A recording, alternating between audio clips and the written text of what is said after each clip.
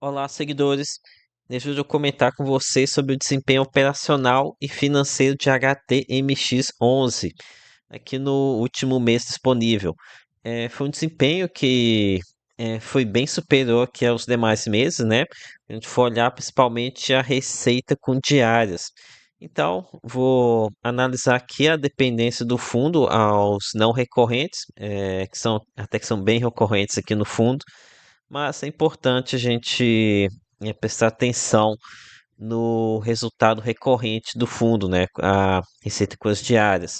Aqui é o Thiago PS, seu canal Fica Esperto. Pois bem, indo aqui direto para essa questão da geração de caixa. No mês de maio, que é o mais recente que a gente tem, tá? O relatório de HTMX11 tem uma defasagem muito grande. Esse aqui é o relatório que foi disponibilizado aqui no final de junho. Então, se a gente for observar aqui, a receita com diária dobrou aqui do mês de maio para abril e triplicou de março para maio, né? Ah, tudo bem que o resultado aqui com hotelaria variam muito aqui ao longo do ano, sendo aqui mais fracos no começo do ano, sendo bem mais fortes no final do ano, mas esse aqui não é o caso. O salto aqui nessa linha da DRE vem aqui das aquisições realizadas com dinheiro da última emissão. Tanto é que a gente pode ver aqui que a receita com renda fixa desabou, né? Isso aqui significa que saiu a alocação aqui do dinheiro parado na renda fixa e foi para a compra de unidades hoteleiras. Ah, então, aqui deixa eu ver, tem mais alguma coisa aqui também sobre aqui com lucro com vendas. A gente teve algumas vendas melhores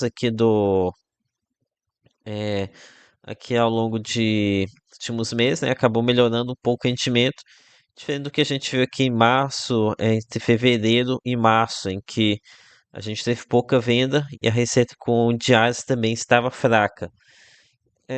Então, levando em conta esse valor aqui de recebimento de maio, a gente teria uma receita com diárias de 1,32 por cota.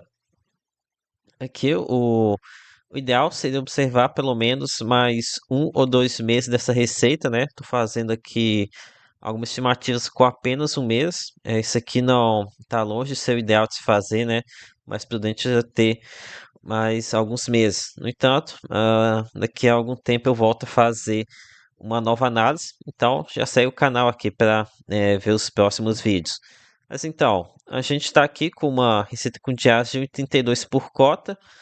E é que a gente considerar também os outros fatores recorrentes, que seria a receita com renda fixa e taxa de administração, nós teríamos um resultado de 1,24 por cota, o que já é bem melhor do que aqueles 80 centavos que o fundo vinha pagando aqui entre março e abril, que no começo do ano.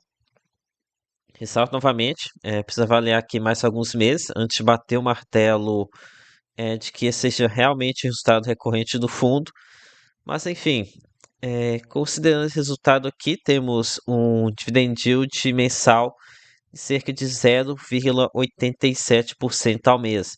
Pelo menos no preço de HTMX no momento que eu estou gravando. É, Daqui por volta de R$ 143. E isso aqui seria um excelente dividend yield, né?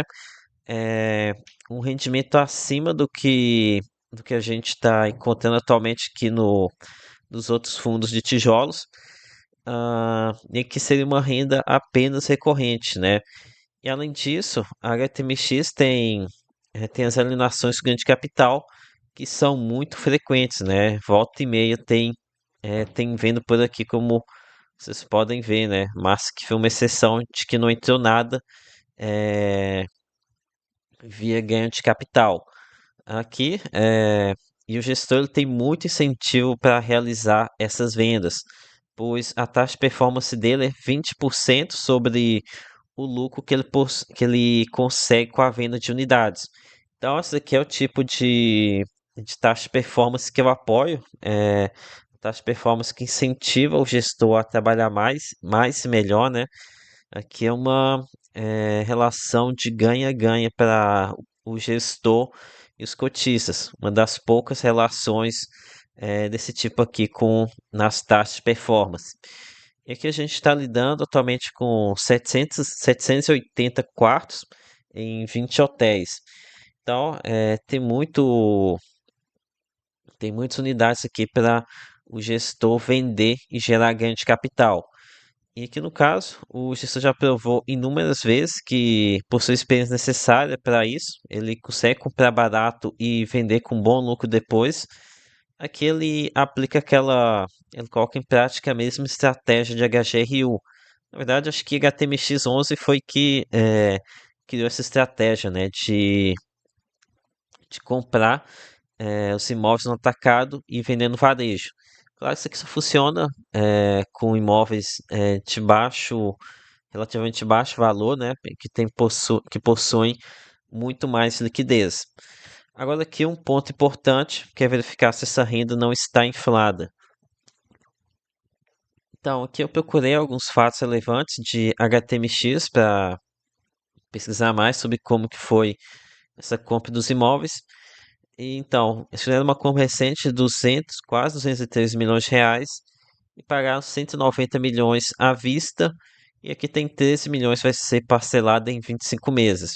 Então aqui a gente tem um pequeno Sellers Finance, né? Isso aqui acaba que é bem inofensivo, tá? Não vai inflar a renda de uma maneira que impacte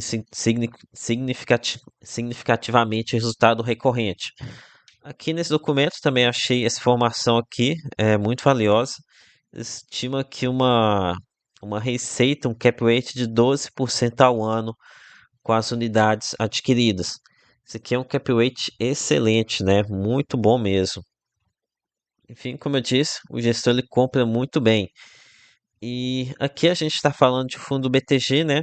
Acaba que muita gente gosta de demonizar uma gestora, fala que tal gestora é ruim, vai e não compra mais nenhum fundo da gestora, sabe? Algo que eu não acho certo, tá? Para mim, o ideal é você estar atento ao que a gestora está fazendo no geral, mas também avaliar caso a caso, né? O BTG faz um excelente trabalho aqui em HTMX e também no fundo de logística deles, o BTLG11. Mas a gente tem sim fundo onde o BTG fez aprontaram bastante, né? Tem uns casos bem feios lá nos fundos de hospitais lá que o fundo faz a gestão. Ok, falando um pouco aqui agora sobre o desempenho operacional de HTMX. A vacância, ela tá aqui pode até parecer um patamar elevado, né? Acaba que nesses hotelaria de alto padrão, a ocupação é mais ou menos isso mesmo, patamar baixo, ocupação. De qualquer forma, comparando aqui com abril de outros anos, a gente está em um bom patamar. Aqui em janeiro a gente teve um desempenho ruim. Aqui não vou saber dizer o que foi acontecer por aqui, tá? Acho que todo janeiro tem um movimento bem mais fraco. Aqui de 2025 realmente deixou um pouco a desejar, mas já está voltando à média. Aqui sobre a diária média, aqui a gente observar um crescimento expressivo. Ah, aqui, sinalizei aqui o de 2022, 23, 24, 25. Dá para ver que teve um salto aqui acima da inflação, né? E o legal é que eles ajustam esse indicador aqui pelo portfólio que eles possuem. Então, lembrando que o portfólio aqui de HTMX é muito volátil, né? Tá sempre mudando. Concluindo, então, HTMX é um fundo que eu vejo ele sempre com um fundo muito esticado, muito dependente de ganho de capital. Acaba que o mercado fica especulando demais com ele, sabe? Uma expectativa muito alta do ganho de capital, acaba deixando o fundo com múltiplos muito elevados, né? Um resultado recorrente baixo, um dividend yield no resultado recorrente baixo. No entanto, Devido aos baixos rendimentos que a gente teve aqui no começo de 2025, a cotação ela deu uma amassada, né? E com isso a HTMX ficou bem mais interessante e por isso o fundo está aqui no meu radar. Aqui um detalhe interessante, é importante, quer dizer, é que, como eu disse, é um fundo muito especulativo. Tem muita gente que gosta de especular aqui na expectativa de ganho de capital. Eu acho que aqui não é um caso interessante para você montar posição devagar, né? Então, acho que aqui o ideal seria tentar montar posições rápidas, porque para isso aqui, para o fundo decolar, não demora muito não. Mas, enfim, vou estudar aqui o fundo por mais alguns meses para acompanhar a evolução desse resultado recorrente. Então foi isso, galera. Espero que tenham gostado. Peça seu like, se inscreva aqui no canal. Lembre que nada aqui é recomendação de compra ou de venda. Até a próxima.